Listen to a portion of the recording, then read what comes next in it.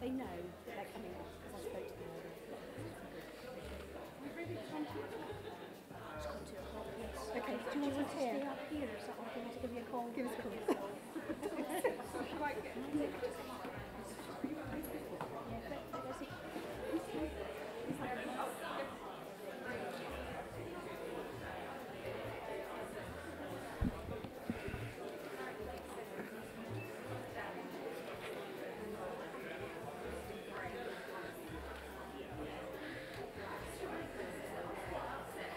Yes, I think so.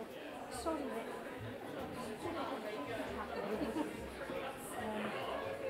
So, you've got the lecture microphone, is that okay? Yeah, brilliant, perfect. Very quick introduction and then... Lovely, I'm just going to stand there with my notes and talk to people, if that's all right. Thank you so much for doing that. Thank you very much for the intro. Okay, everyone, welcome back. Sorry, it's a slightly extended lunch break. I hope everybody enjoyed their lunch and your massage if you got that far. Welcome back to the afternoon session. We've got two things coming up this afternoon. In a moment, we're going to announce the winners of the poster competition that we ran in collaboration with HE A Million Decisions. But before we get to that bit, I'm very, very pleased to welcome Nick Poole, CEO from SILIP, who's going to say a few words for us. So, welcome, Nick. Thank you.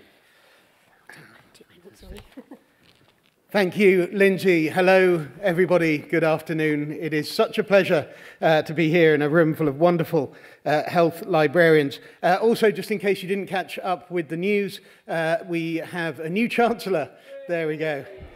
So that'll sort it. Unfortunately, the name attached is someone who will be familiar to you as healthcare professionals. So have a look for that one. But the good thing is, if I'll let that one settle for a minute. Yes, it is. I'm not going to say his name on a microphone, just in case I get it terribly wrong. The good thing is, if this talk goes on for more than 10 minutes, we'll have a new Chancellor. So here's hoping for that.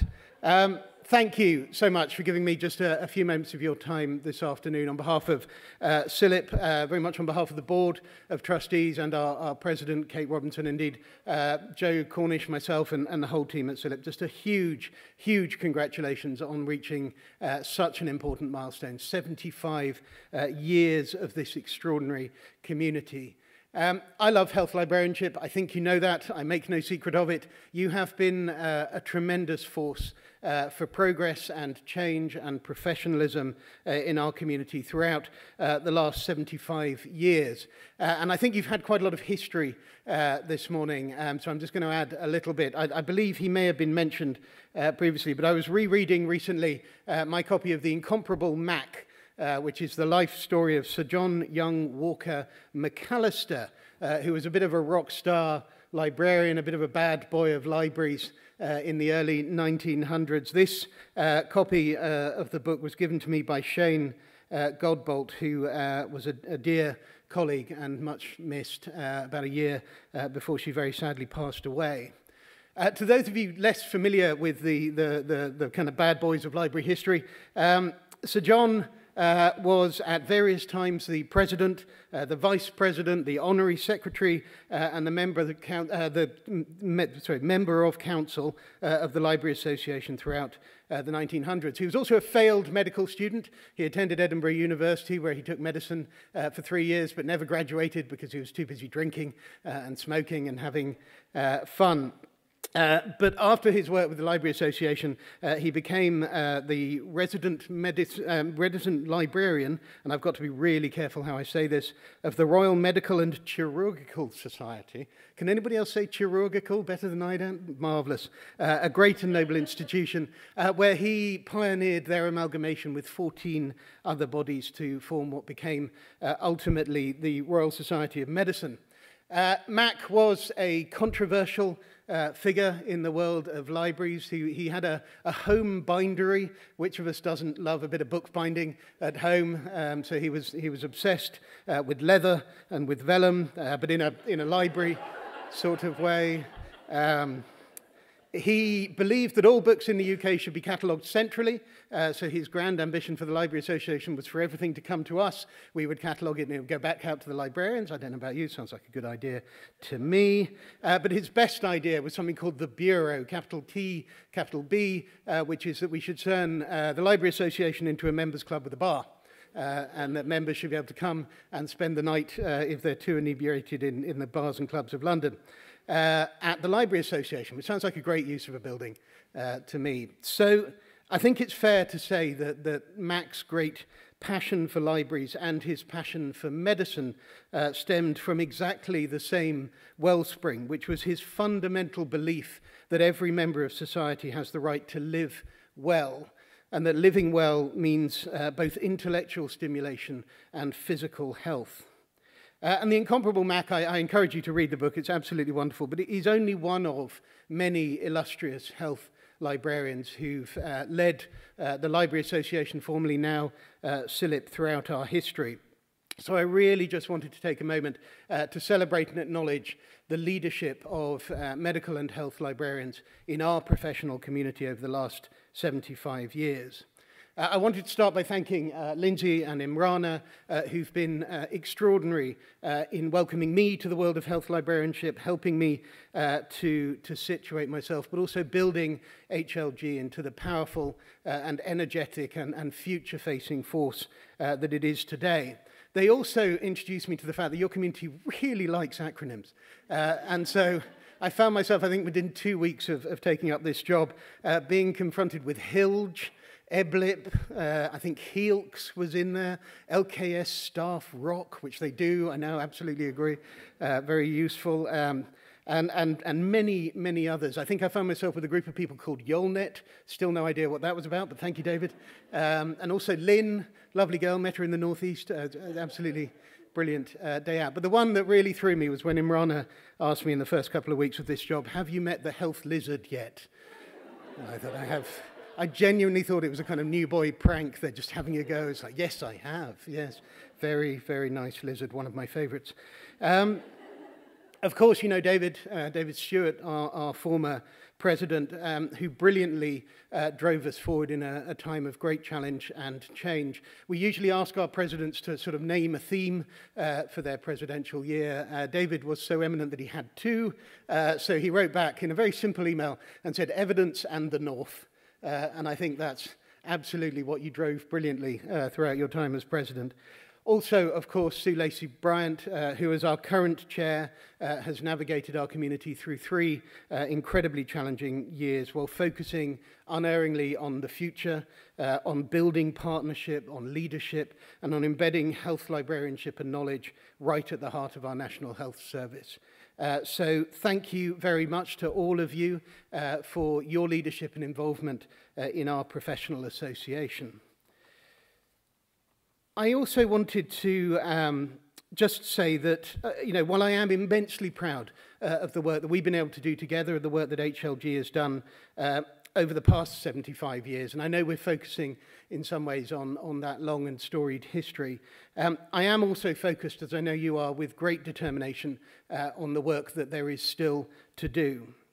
And I think when I look back over the last decade, the thing that concerns me is we've seen a time of immense technological advance married to social regression, married to, unfortunately, a process of society in many ways moving backwards. We now have within our reach a universe of knowledge at quite unimaginable scale. I really wanted to get involved in the panel discussion earlier about meta and how bad meta is at knowledge management, so we can have that conversation. But we're also one of the most socially and economically divided advanced economies in the world.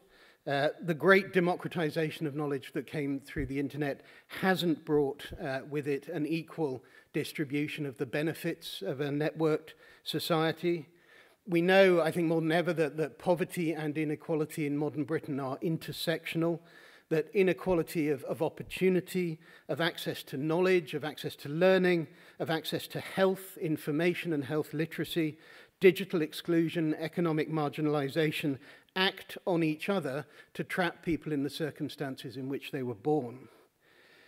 And I think if we can't find a way to lift people out of the poverty of opportunity, as a society, we're squandering our talents. We can't move forward. And I think that mission, giving people, equipping them, empowering them to lift themselves out of the circumstances of their birth, unites all of us across the many different parts of the library and information profession. I think that is absolutely what we are here for, is equipping people with the knowledge, the information, the liberty to help themselves in their own lives.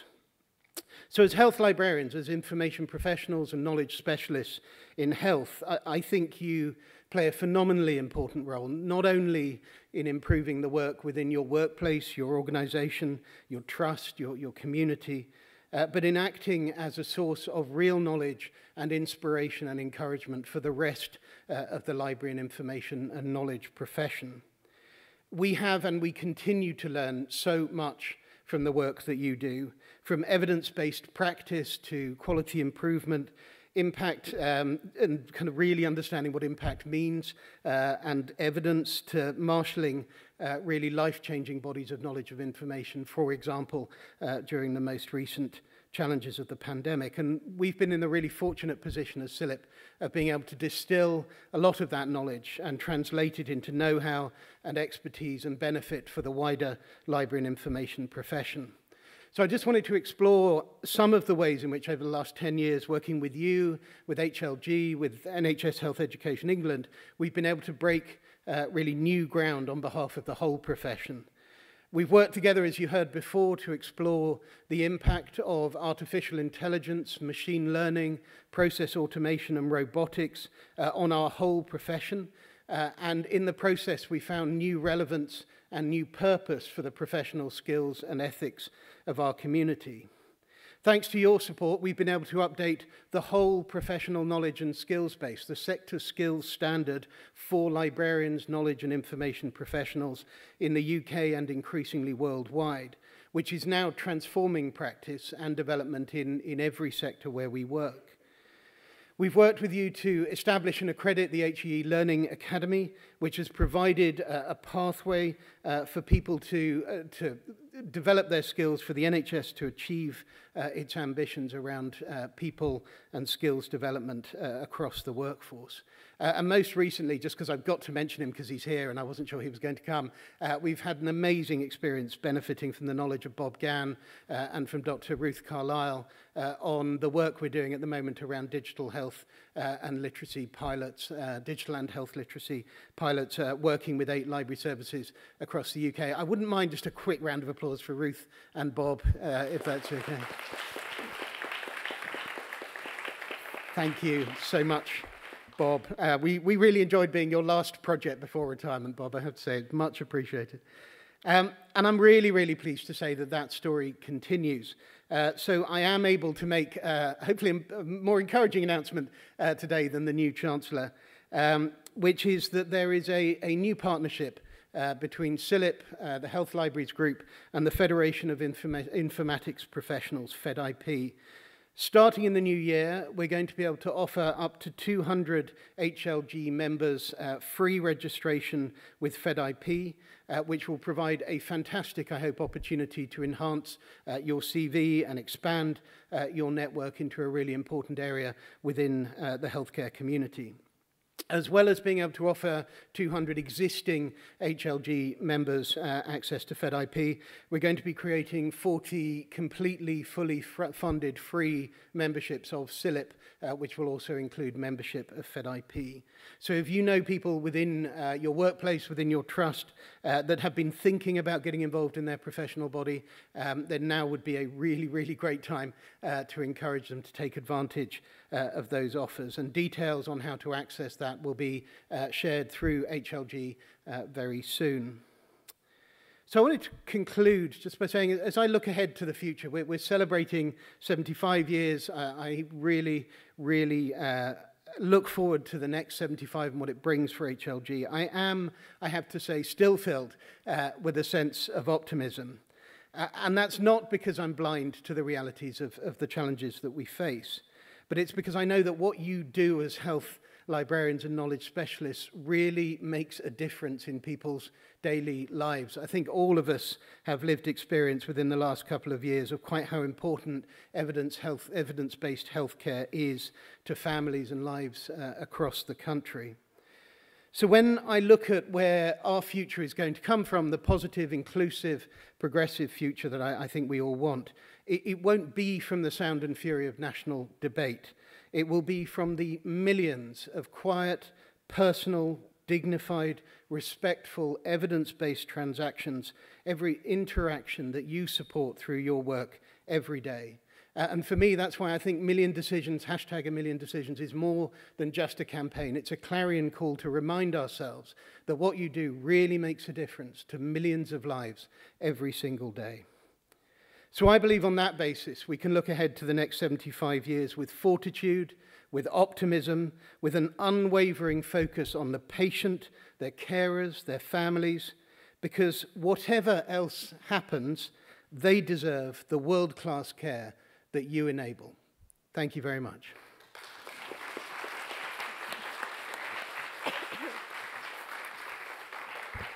Thank you, Nick. What an inspiring speech, and so excited to hear about the places that we've got coming up next year. So look forward to working to get that going. While I'm here, I also just want to say thank you to you, Nick, for all the recognition and support you give Health Libraries. It doesn't go unnoticed, and we're really, really grateful to have you. So next up, we've come round to the poster competition. And in true Strictly style, I would like to welcome the judges to the stage. Can I introduce Alison Day and Helen Else, who have been on the judges panel with me from HE and HLG for the poster competition. Alison, would you like to say a few words about exactly what the competition was and how we come to be here? I'd be delighted, Lindsay. I don't know if I'm Craig Regler-Horwood or whether I'm... I hope not, but anyway, we'll see. So I have prepared a few words, but I won't linger. Throughout the day, you'll have heard mention of 1 million decisions, 1 million decisions, 1 million decisions. That's wonderful, but what is 1 million decisions? Health Education England are absolutely delighted to team up again with HLG to co-sponsor this celebratory poster competition. And I use that word celebratory. This is our celebration piece. I don't have YMCA. I'm sorry. I wish I had a button I could press and we could have some celebratory music. You might have to sing. I'll leave that to Ruth, I think. This was an opportunity to build on this really hugely successful #1 Million Decisions joint initiative. And it's all about celebrating a profession and the millions of decisions that health, library and knowledge specialists make possible every single day, as Nick said. Back in 2017, the concept of #1million decisions was devised by Nick, Sue, I'm sure a couple of other people had a hand into it, David probably. And it was deemed a really useful lever was identified in the Health and Social Care Act, as it was then. And it outlined the statutory obligation upon the health service to promote the use of research evidence in decision-making, as Ruth mentioned earlier. And a hashtag was born, possibly the longest hashtag in history, for anyone who had a limit on their character use. And a message was created. And that message was exactly as Nick's just said. Every day across the healthcare sector, more than 1 million decisions are made, and they have a profound and a lasting impact on people's lives. And it influences the quality of healthcare and the cost of services. And the message is really simple. Work with your health librarians and knowledge specialists to ensure you are using evidence to inform your decisions. Couldn't get much simpler.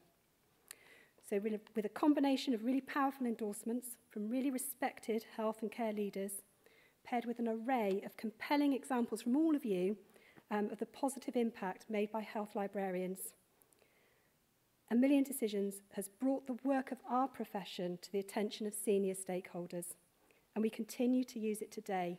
It's supposed to be really short and sharp. Social media campaign, 6 months, done.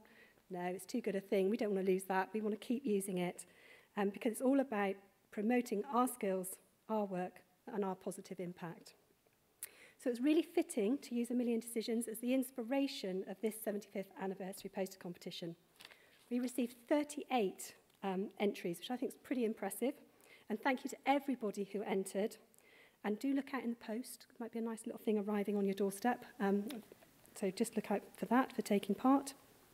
Posters were inspired by some of our themes. So we looked at past, we looked at present and future of health libraries, as we heard about this morning. But we also looked at maybe partnership working, perhaps knowledge management, maybe library spaces. So lots of inspiration there for people to create a poster. And we asked for all the posters to focus on impact. Visual impact, we want it to look good. That's where Helen comes in with her expertise particularly. But also the impact of the work that takes place every day by every one of you in every health library, by health library information and knowledge professionals. So back to you, Lindsay, for our prize winners. Thank you. So as I say, as Alison says, even we had loads of entries. We've whittled them down to just 7. So over the next few minutes, we will go through them. I have the excellent honour, I think, to reward the overall winner. And again, in true award style, the person who won it can't be with us today, but she has sent. In lieu of being able to present it, she has sent colleagues to come and collect the award on her behalf. So can I say congratulations to Chloe George for being our overall winner. She's based at Gloucestershire Hospital's NHS Foundation Trust. And can I welcome Claire O'Connor and Jasmine Habgood to the stage to receive their prize.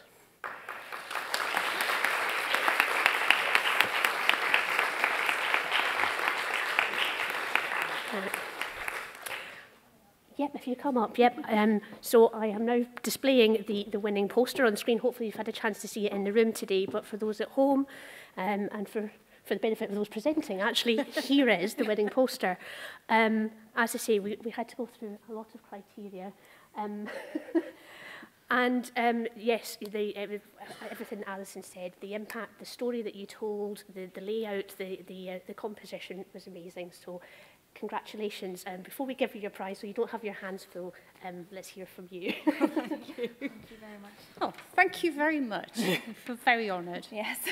It feels a bit like being in a school speech day or something, being up here. So I'm Claire O'Connor, Deputy Library Knowledge Services Manager. And I'm Jasmine Habgood, I'm the Library Assistant. And we're from Gloucestershire Hospitals NHS Foundation Trust from Library and Knowledge Services, and we're here today to talk about the Champions project. I should point out, as Lindsay mentioned, that the driving force behind this project is our Senior Library Assistant Extraordinaire, Chloe George, who is unfortunately on holiday at the moment, and she's sent us a picture of her saying she's watching from her sunbed, so we're not too sad she's missed it. Hi Chloe, hi rest of the team.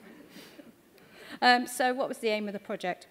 So we'd initially planned to launch our Champion project in early 2020, with the aim of improving trust-wide engagement with our library services, but we were thwarted by COVID, and our original plans were put on hold until it was appropriate to continue. We relaunched the project in May 2021, slightly changing our original focus from a face-to-face training session for library champions to another method that wouldn't be so kind of impactful on patient care. So what did we do? We approached 20 individuals in our trust who signed a contract formalising the relationship with the library. They received champion badges, which you can see the design on the poster itself, and we also send them quarterly update emails on the library services. They committed to advocating the library service, signposting to colleagues, promoting our services in their departments, and providing feedback on current services and future library services. And also informing us of any potential opportunities or involvement that we can get involved in. Champions were drawn from different hospital settings, so this included surgery, critical care, infection control, dermatology, estates, quality improvement, and we also offered out to roles in particular as well, so including nurses, doctors, physio, psychologists, healthcare assistants, and managers. So what were the outcomes? The Champion project was well received, with engagement being recorded to measure impact, communication and opportunities. We've seen an increase in inductions, tweets and promotion of our services, with our champions sharing comments about how proud and delighted they are to be selected as library ambassadors and how they're looking forward to working alongside us. Various projects have also emerged directly due to the work with the champions.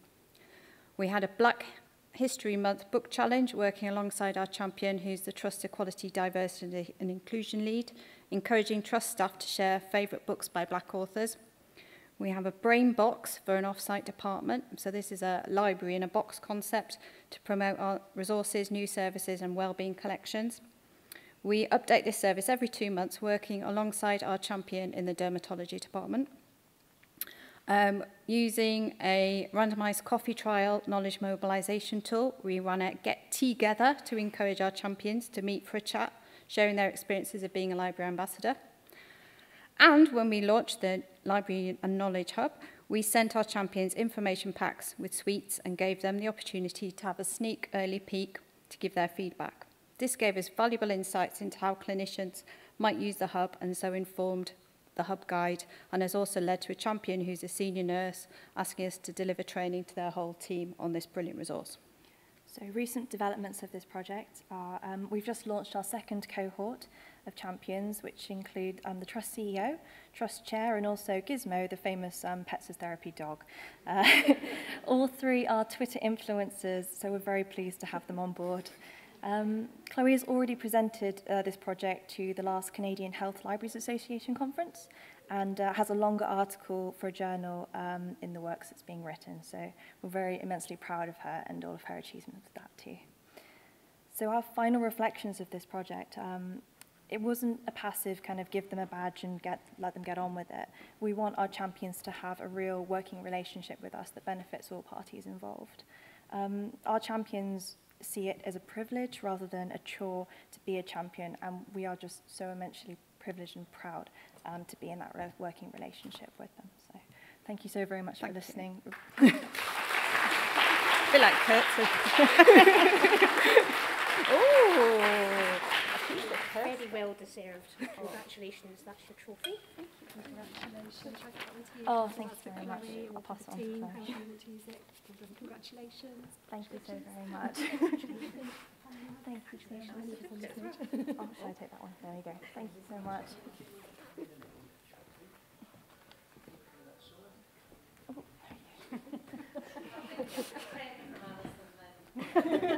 10, definitely.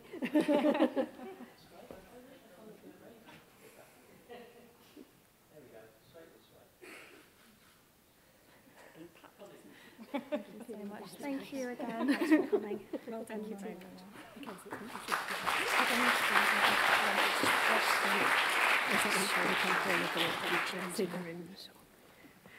Lovely, thank you. So we were really keen to have one category that would be particularly for our anyone who is a student, an apprentice or a recent graduate, really wanting to welcome new people into the profession and encourage them to take part in the poster competition. And I'd like to welcome Janan up to the stage to receive the prize from the RCN Library, please, and tell us a little bit about your poster.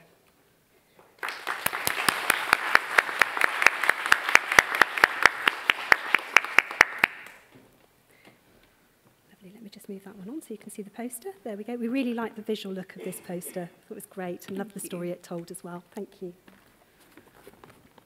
Ooh. Hi everyone, my name is Janan from the Royal College of Nursing. Is the stage shaking? Is that just my legs? Okay, all right. It's all right, there's a podium I can hold on to. It's fine. Okay, so this poster shows the timeline of the RCN Library's history as we're celebrating our centenary this year. I'm going to tell you about how our history is closely linked to the evolution of the nursing profession. I am so nervous, why? All right, so pictured here at the top, so the first picture at the top left, is our first qualified librarian at the RCN, Alice Thompson, and she was hired in 1949. She was a strong advocate for nursing libraries and hospitals, lamenting the fact that nursing libraries back then were often a pile of books in a locked corridor, inaccessible to students. So she was involved, as far as I know, in the early days of HLG, trying to encourage the formation of these hospital libraries. Thompson also wrote that in its early days, nursing possessed few books, as it was essentially a practical skill, and those few books were usually written at an elementary level by doctors. So how do you address this lack of literature? My favourite thing about Thompson is that she was in a relationship with Marjorie Simpson, not yellow Marge Simpson with blue hair, but Marjorie Simpson, who also worked at the RCN and who was in a leading position in the research department. So I want you to imagine this power couple, if you will, this librarian and a nurse with a goal to elevate nursing from a professional standpoint. And the context here is that nursing was predominantly a women's profession. I mean, even now, about 90% of nurses in the UK are women. So nurses had been fighting for professional registration for decades before it was finally codified in the Nurses Act in 1919. That's 1 year after some women got the right to vote, so put that into context. Some doctors and politicians at the time were writing that nursing shouldn't be taken seriously as a profession, that nurses certainly weren't on the same level as doctors, so there's this fight for equality happening between the medical professions, and nursing had to fight for validity. By the 1960s, Simpson's work, supported by Thompson, enabled nursing research to become central to nursing practice. I'm shaking so much, sorry. It's like my voice is fine, I'm just like, ah. Okay, so their work really helped show that nursing is not a phase of social work or a lesser medicine, but it's valuable in itself. So all of this, that shift towards more research in nursing was imperative. It was a really important and exciting time for the future of our library. The idea of nursing centering around care and vocation evolved, and strong foundations were established for it to be linked to the medical and academic spheres. That led to more nurses getting higher university degrees, becoming lecturers, specialising in different medical areas, and of course that in turn led to a boom in nursing literature, which obviously helped our library grow. To illustrate that point, and on the poster here you can see, in 1922 when we were established, we only started with 273 books. And even though that number had doubled within 3 months, only 1 or 2 were textbooks specifically for nursing. The shift to research, the evolution of the profession changed that. By the 1980s, our collection became Europe's largest nursing-specific collection. In the 80s, we saw more and more students using the RCN library, and the head of service, Tony Shepherd, really helped to ensure our collections and library offer helped students. He was developing lit search training sessions, working with other health libraries to make sure that librarianship could support this new education. In 2016, our current heads of service advocated for a digital-first collection policy to properly serve our members across the country and the world for defence nurses. So when the pandemic hit, we found ourselves grateful that most of our services were already available online beforehand, so we could continue serving our members. Fast forward to today, we support nearly 500,000 RCN members across the UK throughout their nursing career. Our training sessions and events continue to have high booking rates, and the postal loan service we offered from the start in 1922 is still going strong in 2022. And lastly, currently we're actively helping members as they take part in a ballot on industrial action on fair pay. This is the first time in the RCN's 106-year history that we're balloting nurses across the UK for strike action, so it's history in the making. And if you follow us on Twitter, you'll see that we're travelling to hospitals around the country, probably partially in the corridors, talking to members to get them involved in the ballot to secure fair pay for nursing, whilst ensuring patient safety during strike action as well. We're proud to continue supporting nurses now and into the future. Thank you for listening and being so patient.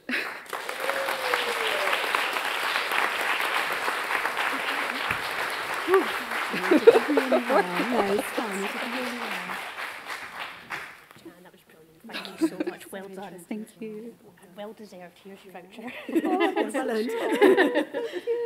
And your certificate. Yeah. Well done. I am framing that straight. Where You go with the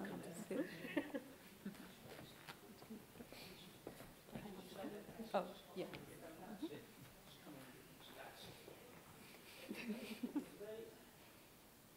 I'm still shaking.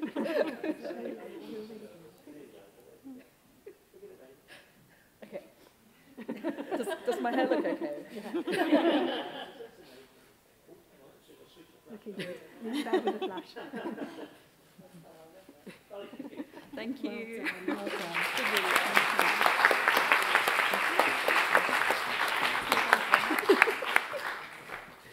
Brilliant, thank you. And it is a very wobbly stand and it is a very wobbly stage. So the final one, or the next award really for our Student Apprentice Recent Graduate Award, because we had 3 of these to hand out, is to Stacey Astill and Jessica Webb. And I think Stacey and Jessica are going to join us online. So I'm hoping, I'm kind of looking up towards the gallery in the hope that something magical will happen and we might link through to Stacey and Jessica. Fantastic. Hello. Hi, Stacey. Nice to see you. Rabbit in the headlights. Okay. I'm just going to move forward and share your poster and invite you to tell us a little bit about your poster, please. Thank you.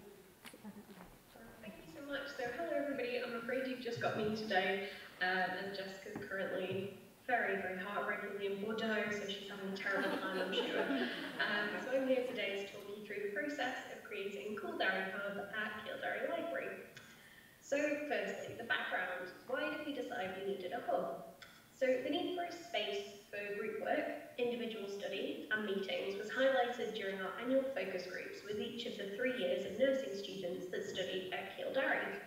As well as this, we also got the SIM feedback in our user needs analysis, which runs annually for all library users, and all of our library users encompass anyone with an interest in health and social care across the whole of the Isle of Man. Library users said that they wanted a space which was less formal, closed off, and was appropriate for groups or for independent study. We realised we had an underused space in the library, which currently housed a few sale books, our photocopier, and a whole lot counter. So we decided to modify that and create a hub room instead. We did some research around what kind of designs would work for other libraries and what might be helpful, but we also did a lot of consultation with our users because it was most important for us that it met their needs. In terms of the design, we were lucky enough to be given some funding by Health Education England to help us make the space. Our focus was on comfort and calmness, as these were things identified by the users. We wanted to add little touches here and there to help them feel like it was separate from the rest of the library, which is painted the standard hospital green and looks fairly clinical. So as you can hopefully see from the poster, these choices have been popular with our users. They've regularly commented on the aesthetics of the space. To save on money and due to geographical issues, we also ended up doing lots of the work ourselves, including things like sticking the book decals onto the glass of the room. It was an experience which also helped engage the users, as they often saw us up ladders and working as a team to try and make that space for them. In terms of impact, we have only included 2 case studies on the poster due to space. One of these demonstrates the value to a senior nurse of providing a neutral space for informal meetings, and the other to a student nurse for studying and for group work. However, alongside these accounts, we've also had a lot of user feedback more generally about the hub. Things that have come up a lot regard the government laptops, and these are really helpful for people who don't have an office and may need to access government Teams, which is what I'm doing here today. We have tutors that use it for one-to-ones, and many people that use it for online training. Even years after it was completed, the hub is used regularly, and one of the most common comments we get is that users will tell someone else about it because they think it will benefit them too. And we think that that demonstrates the impact it has on our users. It's become a space that they want to share.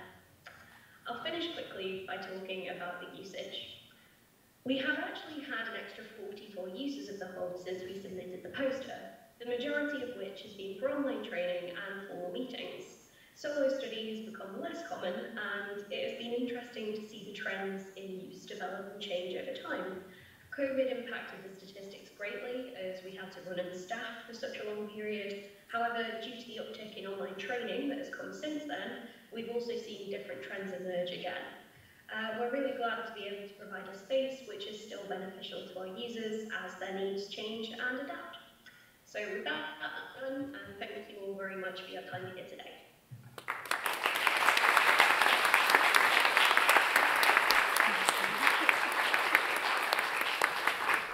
This is quite hard to do virtually, but we do have a voucher and a certificate for you as well, Stacey, and we will send them to you in the post, so you'll get that too. Lovely. And I think if anyone online was having difficulty looking at the poster, in your pack there is a link to all the posters, so you can have a look at all of those, including Stacey's fantastic poster about use of space, which was lovely to hear. Thank you.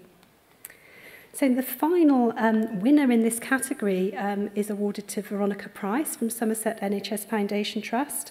The title of her post was Cascading Health Expertise, a Pilot Project. So I'd like to invite Veronica to come up and tell us a little bit about her poster, please. Thank you, Veronica. Got a long walk. And there's your poster, so hopefully people can see that. Thank you. There we go. Right, thank you very much, and thank you to the awesome teams back in Somerset Foundation Trust and Yeovil District Hospital who supported this project, and thank you to Paula Younger, my sadly ex-colleague now, but who worked with me on this project and is also named on the poster. Paula was the primary care librarian at Somerset FT, and this work stream that the poster illustrates was our work on one of the HEE-funded health and digital literacy projects that I think Ruth spoke about earlier this morning. So I'm the clinical outreach librarian and had a very good relationship with our public library service because I'm actually quite a recent recruit into the NHS world. I came out of the school library world, so I know I'm very long in the tooth for getting this, being in this particular category, but I finished my professional qualification only last year and moved into the NHS. So What I hope that the poster conveys is the sort of sense of connection and shared learning that we were aiming for in this project with our public library service in Somerset. While those in power may aim for a trickle-down effect, we were aiming for the full cascade. We wanted from the two of us as health librarians with that knowledge of health literacy to share that knowledge with our public library counterparts and amplify the message, because we knew that they had the contact with the public, the community of Somerset. For those of you who don't know Somerset, it's a very rural, dispersed, coastal county with an ageing population, quite a lot of digital poverty and digital illiteracy, poor communications, but it does actually have a very good network of public libraries. There are 33 public libraries throughout Somerset. So from our two main population centres, Taunton and Yeovil, we have both obviously NHS libraries and public libraries. So what Paula and I put in place was a training package that we delivered to both the public library staff, public library volunteers, and the NHS coaches, health coaches who work during weekdays in our public libraries. So we taught them the health literacy awareness that we felt that they should know, the statistics, using the geodata tool, and we informed them of reliable, trustworthy sources of information that they could share with the public at digital health drop-ins, but also upload onto a bank of health iPads, which are now available for loan across Somerset libraries. There are now 60 iPads, which have all been preloaded with trustworthy sources of health information. And at these digital health drop-ins, as well as the public of Somerset being able to talk about sources of health information, they can be loaned an iPad, they can be shown how to use an iPad, they can be shown how to upload the NHS app onto their smartphone if they happen to have one, or they can get used to using it on an iPad with a view to them maybe going out and purchasing something for themselves at a later time. In terms of impact, the digital health drop-ins started. The numbers haven't been used, but haven't been huge, not used. But I think more importantly than just the numbers at this stage is the sense of shared learning that certainly the public library team have fed back to us. We've seen the crib sheet that they created for new recruits and particularly new volunteers who work in the libraries, which was very impressive and certainly reflected the teaching that we'd given to them. And we have benefited very much from this project too. Firstly, it's been hugely enjoyable to work with a really enthusiastic group of public librarians. And it's really strengthened connections. I've certainly been able to deliver lunch and learn sessions to our public health team at the local authority, whose door I'd been knocking on for about the last year, and suddenly that door opened as a result of this project. So going forward and looking to the future, looking to the sort of stakeholders in our ICB, ICS, it's all been very positive. Sorry, my voice is going now, so I shall shut up at this point and say thank you. And yeah, Ed, if anyone has any questions, if anyone wants to talk to me afterwards, then please do. Thank you very much.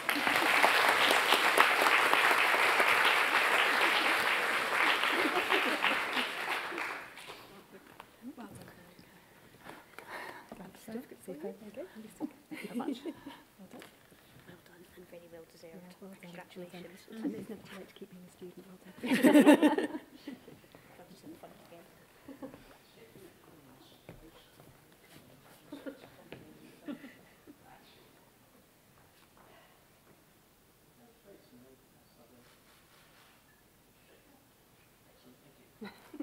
Well done, Veronica. Well done.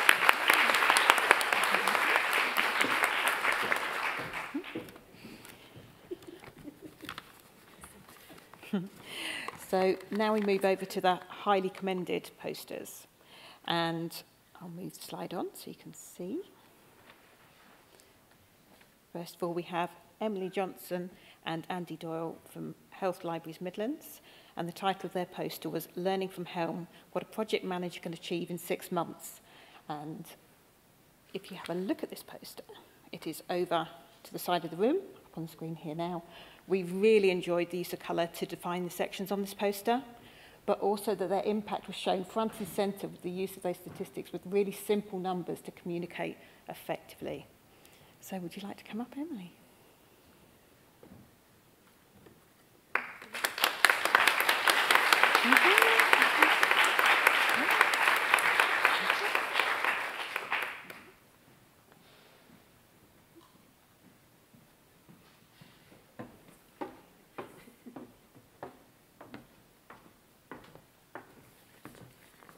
Hello everyone. Having a weird day today because this is actually the first time me and Andy have ever met in person. Despite being nice to meet you. I nearly came with the headset on so she'd recognise me because we've only ever met on Teams. Yeah. So this time last year I became the project manager for the Regional Midlands LMS, which has since become known as HELM or Health Libraries Midlands. And throughout the first phase, I was supported by Andy from Coventry, who's going to speak a little bit about the learning from the project later, and there has been a lot of learning. The project was HEE funded, and its aims were to unite libraries from across the Midlands on a shared LMS. The LMS is COA provided by PTFS, which I think a lot of regional libraries are coming onto, so... if you want to speak to me about it later, then you can.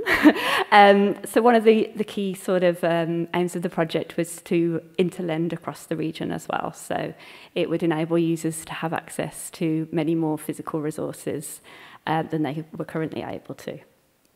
So we took a phased approach to the project. So we didn't all join at once because there are a lot of libraries from within the Midlands.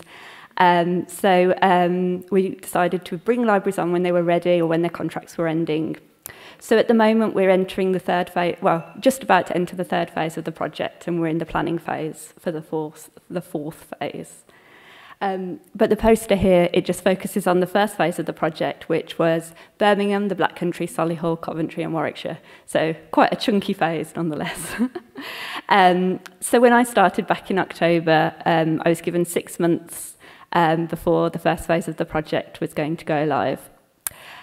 So that was 6 months to make some really key decisions to set out the outline of the LMS and present these back to the project board for agreement before they could go live. So how did we go about this? Well, there were a number of working groups that were set up to sort of make the key decisions. These were groups on circulation, groups on cataloguing, there was one on the OPAC and there was one on reports. And the key decisions were quite, a lot of them quite contentious. So things like length of loans, how many books people could borrow, should we fine, should we not fine, what registration details would we need, should we keep home addresses, would library cards be needed. It was a very intense and a very challenging period, but I must thank all the libraries from Helm because with a lot of compromise from across everyone in the region, I think we've created a really good system. So all the decisions were made by Christmas, and this gave PTFS the tools to map the data against our data. And so then we went into a period of testing and checking. They set up a test server for us, and we were able to make sure it matched up with what we wanted. And And we had to ensure trusts were happy as well, that organisations were happy with the project governance, which was actually a lot more challenging and took longer than expected, which I'm sure Andy can reflect on in a moment. But yeah, on the 13th of April this year, 27 libraries from Birmingham, Solihull, the Black Country, Coventry and Warwickshire all went live onto the Helm system, and it gave users access to 150,000 physical resources. So I think it was a big success. So, yeah. So I had a bit of a different role in the project. Emily was doing all the hard work, and then I just met Emily a couple of times a week just to moan. But I think what we realised quite quickly was how do we capture the learning, because this is a first phase. It was done very, very quickly, and there's lots of subsequent phases that needed to go smoother. And also we realised there was a lot we could learn more professionally generally that doesn't just apply to this. So a month after integration, when we were all still talking to each other, and we still are, and no self-service machines had burst into flames and everything was working fairly smoothly, we had an after-action review that was externally facilitated. And it was quite cathartic, but also very productive. And we realised there were some real practical learning points that were immediate, because a polite way of saying it, and it all works fine, so I can say this now, we did quite a lot of stuff on the fly, quite quickly. GDPR isn't very popular sometimes thing in our profession, I sometimes find. It's not a glamorous subject, so if someone asks you, do you want to do a DPIA? Run. I didn't run. Also, as you'll know from probably your trusts, or like ours, the information governance team provide great help, like we need more information or we need more detail. So we had lots of learning from GDPR, which we realised in the after-action review was pretty crucial to the next phases to make their job smoother. So we captured all that.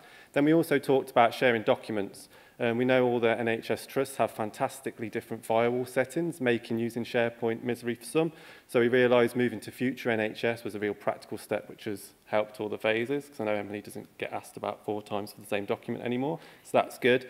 And also all the things we did on the fly, like building checklists, just to make the next phases smoother, so that was good. On an LMS level, we realised not just for this project, but more broadly, we would do things in slightly different order. We didn't have time here to do things in a different order, but it was looking at things like memorandums of understanding, other points like have a systems librarian on board a lot sooner, because again, with the joys of recruitment, it took a bit longer. They came in weeks before integration and got bombarded by us. But if they'd been there a bit sooner, we would be, well, I had no grey hair at the start of this, so it would have been that way. And then finally, we talked a lot professionally. I've moved from NHS to HE and then back again. And what we found was we were dealing with an external provider, IT services, my choice information governance department, and we really felt that maybe more project management skills would have been useful to us, because when you're talking at the table with these different stakeholders, they hold the language, and it's not just making a Gantt chart and hoping for the best, it's kind of having that awareness. We've both done stuff in our own time, free things online, but really we do feel that, I see it in my job doing patient information all the time, having that project management experience was something we really think on a professional level for libraries would be useful. And that was the learning, really. And for the future, more people are joining, which is great, isn't it? So that's good. And there'll be more books for more people. We're going to have more stats, so I can put more stats on an orange-coloured thing in another year. And then hopefully we can all work, or we will be working a lot more closely together as the consortium grows. And that's us, I think. Yeah, pretty much. Thank you. Wasn't that bad?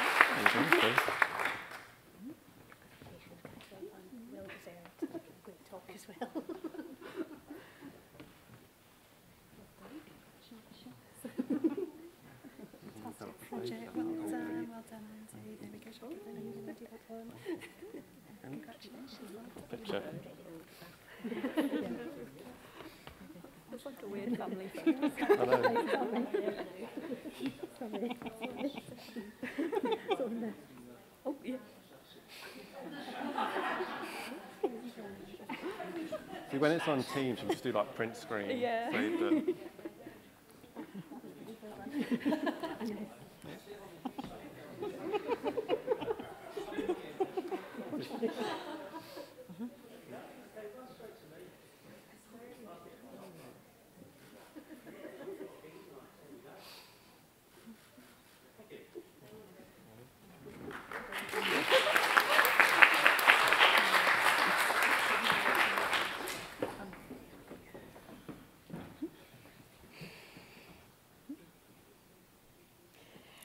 So our next highly commended poster was produced by Beth Jackson from University Hospital Coventry in Warwickshire, and the title of the poster was Delivering Bite-Sized Information Training Skills to Support the Development of a New Journal Club. Unfortunately, Beth is not able to be with us, but Imrana is going to come up instead.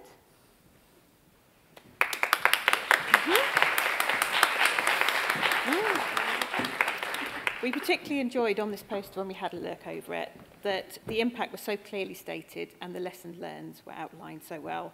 And we really enjoyed the images that just linked so closely to the title. It just made it visually memorable. Thank you. So unfortunately, Beth can't be here, but she's one of my team, as is Andy. And we've had great fun overseeing. I'm on the project board for Helm as well, so it's been a great learning experience seeing that through. And now Beth has got an excellent manner with people. And we talk about embedding clinical librarians into the role. But Beth, as a knowledge skills trainer, is absolutely wonderful. She's able to adapt her presentations, her teaching to, from a 1 hour session to, 20 minutes, 10 minutes. And the research team have been very difficult to get together online or, face-to-face.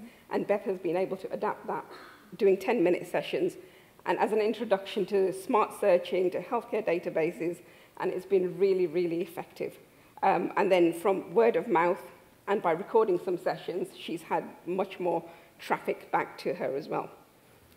Yeah, I think the research team can be hard to lock down, and you see with this it's about 20-minute sessions because they can just get up and go, hence the name research team, so it's been particularly effective. What's been good with this as well is some of the leads for this are very proactive with our trust, Pathway to Excellence and these big projects. It's been a massive inroads versus almost targeting the people, I like to say, the people on the make.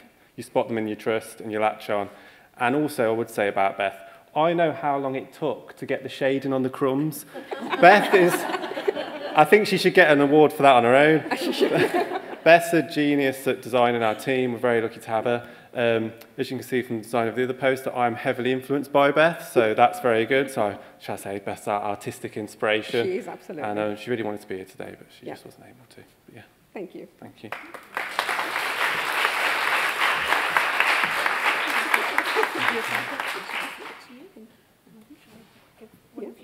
You go, Andy, you can have that one for me. Oh my goodness.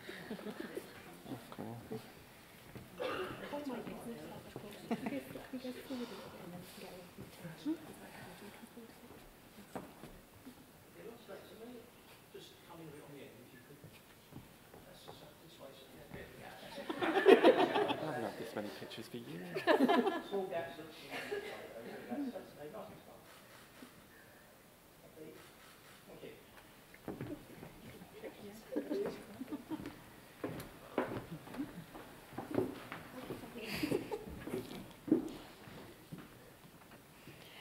And our final highly commended poster was by a big group, actually. So it was Richard Parker, Emily Johnson, Samanthi Chakraborty, Beth Boddice and Lottie Summers from University Hospitals Birmingham NHS Foundation Trust, and their poster was Developing the Next Generation of Librarians.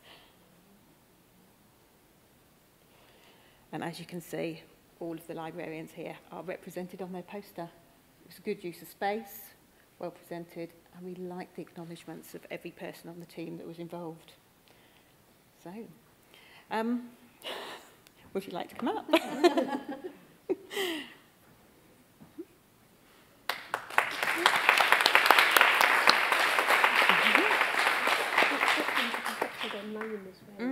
should be having Richard. So we're all looking expectantly because we think Richard is possibly on the line as well as hopefully. You scared me then, Richard. I tried my best. I had to finish a cup of tea.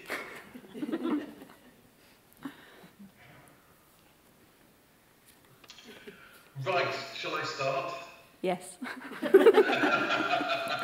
Okay, I'm not, well, we'll split this up. I'll do a bit at the start, a bit at the end. Really 90% of everything that I've got to say is pretty much on the poster.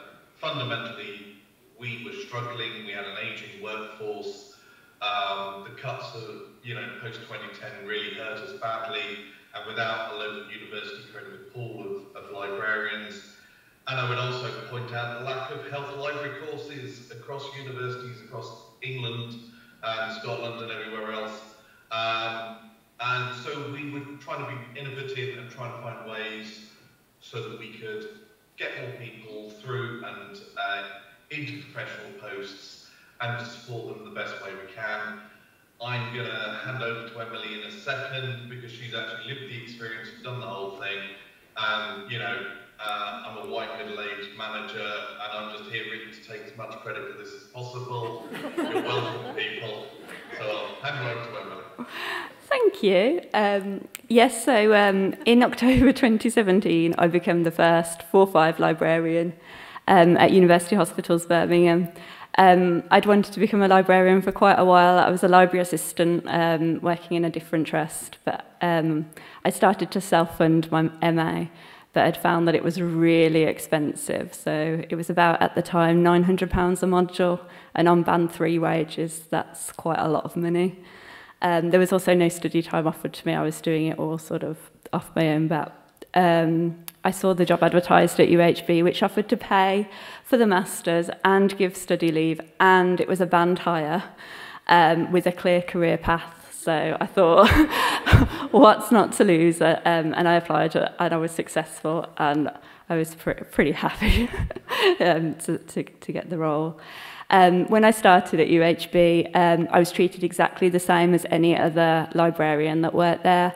I learned quickly in practice, and I had exactly the same duties as my professional colleagues. So I was expected to do exactly the same work and get on with the masters at the same time. I really enjoyed it, and as I came to the end of the MA, I started to think about the dissertation, and I was able to do a case study for UHB, which looked at the information needs of healthcare managers. And I went on and graduated, as you do, and I actually won the prize for postgraduate distance learner for Aberystwyth that year. And none of this would have been possible without this role being created. It was really valuable. I learned so much on the job. So it was, I can't thank the UHB enough for creating this post. Since then, my career has progressed a lot further and a lot quicker than I'd actually expected it to in 5 years. I've remained at the same trust, but I'm now an outreach librarian and library site manager, as well as dabbling in the Helm Consortium as the project manager there. The same as my colleague Shamanti, who's on the poster, who also was enticed by the 4-5 development role, and he's now also working as a site manager as well. So I've found now, whenever we have a Band 5 leave the trust, I'm always keen for a 4-5 to replace for that staff development. So at my site recently, we've had a vacancy, and we've welcomed Beth, who is becoming a fantastic librarian over there and making great progress on her MA. But we had a load of really good candidates from those interviews, and so from that we also welcomed Lottie as well, who couldn't join us on a 4-5, but we managed to find another vacancy for her and pay for her MA as well. So that was really good to keep two really good people from the same lot of interviews. And we've just had another vacancy that we've just filled with another 4-5 role. And we're welcoming someone called Christopher, who, like me, had started to self-fund his MA and is now going to get that paid for him and have the same sort of career path. So that's really good. I think it's a really good way to entice people to the trust, to entice talented people, to make people stay. It gives a clear career path. It helps sort out some of the crisis in recruitment that I think a lot of trusts are seeing at the moment. And I think, it helps to develop the next generation of librarians. I don't know if Richard has anything to summarise at the end. I just a couple of things. Just to highlight, Chris starts with us in 2 weeks, and that will be the first time we've been fully staffed since I've been library manager of this trust in 7 years. So that'll be nice. When I took over here, I was the second youngest member of staff, and we had a real age demographic time bomb, which we haven't completely diffused, but we've certainly made progress. We have a much more younger, much more dynamic team, and really though, it's the people who have taken that opportunity, and I think that's what's good about this, that's what's good about our apprenticeship scheme, is it attracts people who want to work long term and develop in this great profession of ours.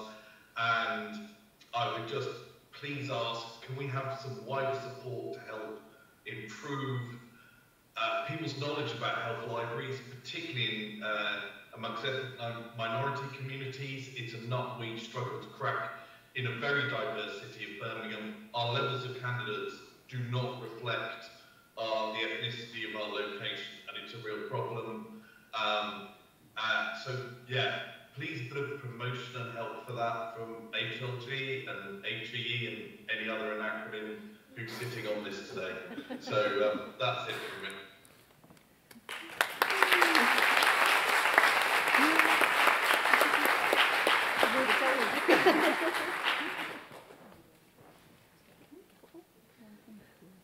Yes, certificate with everyone's name on. I'll make sure they all receive it. And a voucher for you and your team.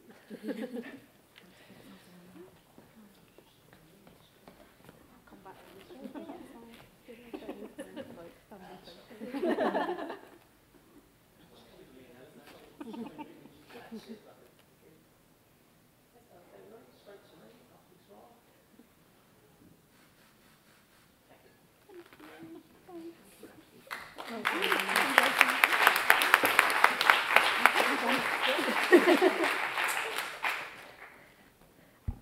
Amazing. What a brilliant selection of posters. I have to say I have really enjoyed working on this. It's been so lovely to see not just the 7 that are here today, though obviously they're amazing, but everybody who entered. And just to remind everybody that they haven't disappeared.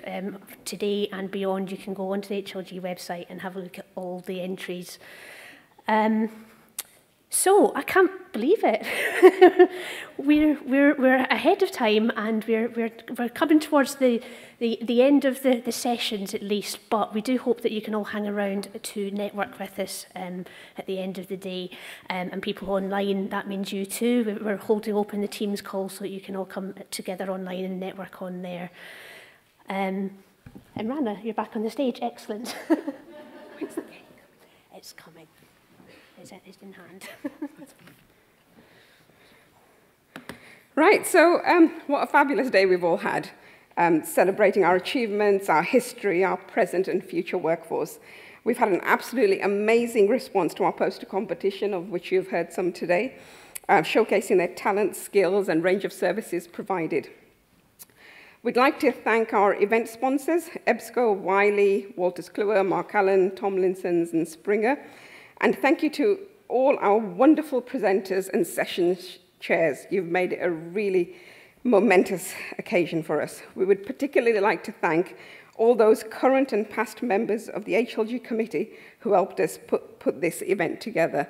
And lots of you have used your contacts through Facebook and other social media to make sure that we celebrated all our previous members. Thanks to Annalise, our scribe, and to John, our photographer.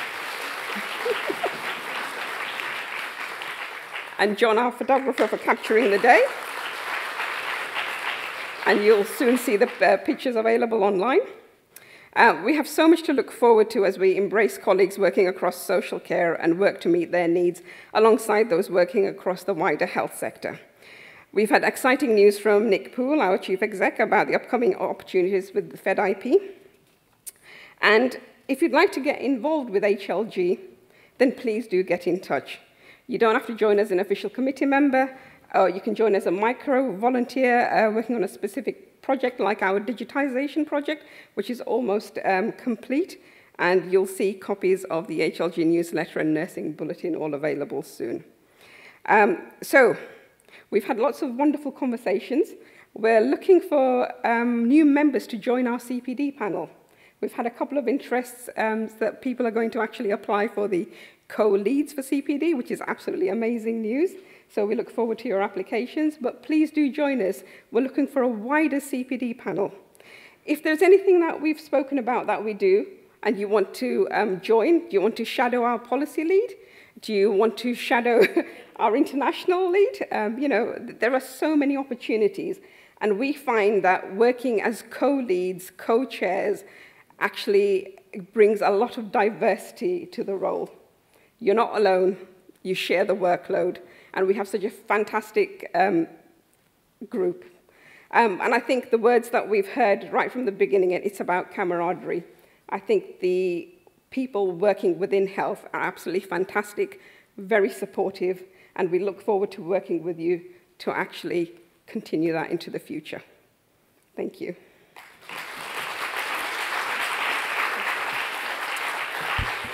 So, just before we finish for the end of the day, I don't know if everybody knows this, but Imrana is standing down as co-chair at the end of this year, so this is her last in-person HLG event as co-chair. I don't think you're going far. I hope we're not losing you completely, but while everybody was here, I wanted to take the opportunity to thank you for everything that you do for HLG, for libraries in general. You really do rock. And this is a little token from the committee. That's sweet. So, thank you. Thank you.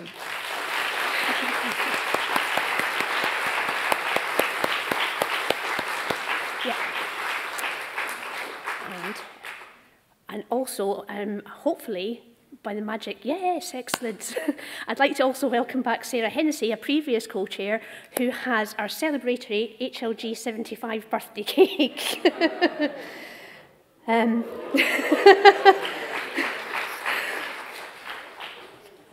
don't think we've got a notice. This wasn't planned. I'm so glad you had to carry that instead of me, Sarah.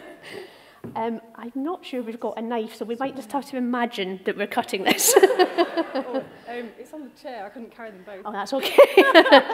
But that is the signal that we've reached the end of the formal part of the day, but we do now have a networking session, which, again, we hope you can also hang around for. There is cake and mocktails in the refreshment area, and we will all be around to talk to you all. So thank you all for coming, and thank you to everyone online for attending as well. And if you'd like to share memories of your time with HLG or anything associated with HLG, then please do feel free. We've got mics available, so if you want to say a few words, then please do raise your hand and we can give you the mic. No pressure. And if anyone online wants to say anything as well, we can make that happen as well. Sarah.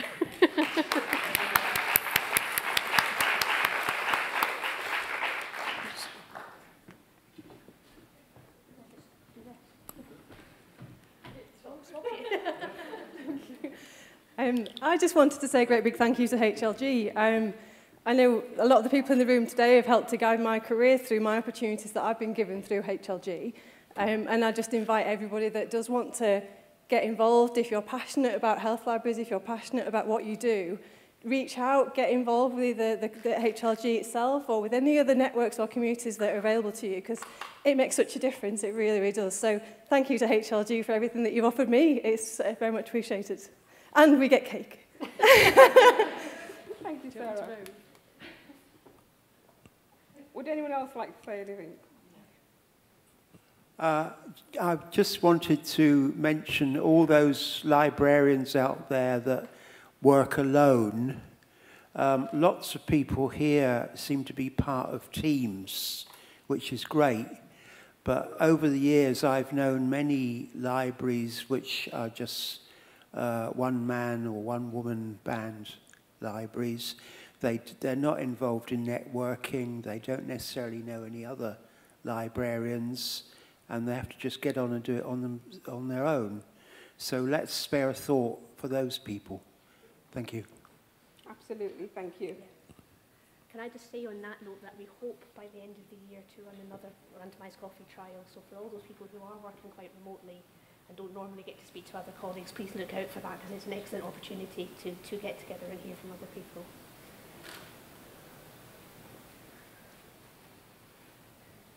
Okay, Potenza, do we have anyone online? Oh, David.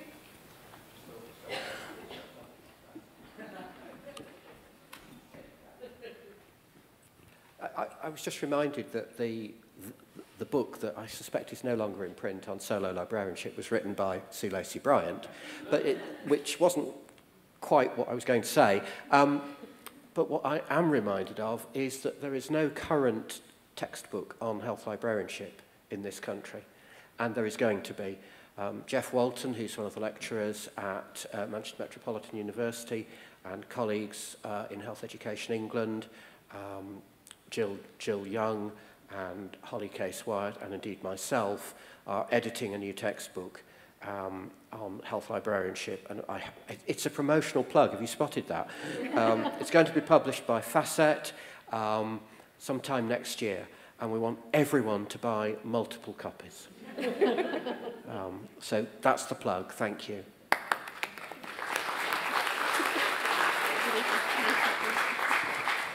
And talking about Facet, we do have 2 book giveaways. Unfortunately, we didn't receive the books in time, so there'll be a prize for someone who attended online and another prize for someone who attended in person as well. So you never know, you might be the lucky person.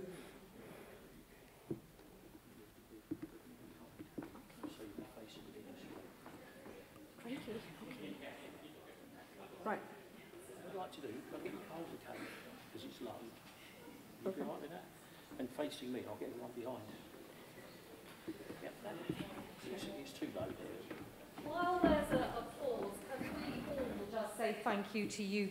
While there's a pause, can we all just say thank you to you two and the committee that have organised this? This has been exceptional. It has been a historic day. It's been fantastic. It's reminded us why we do it. And we thank you both. This takes time. Thanks so much.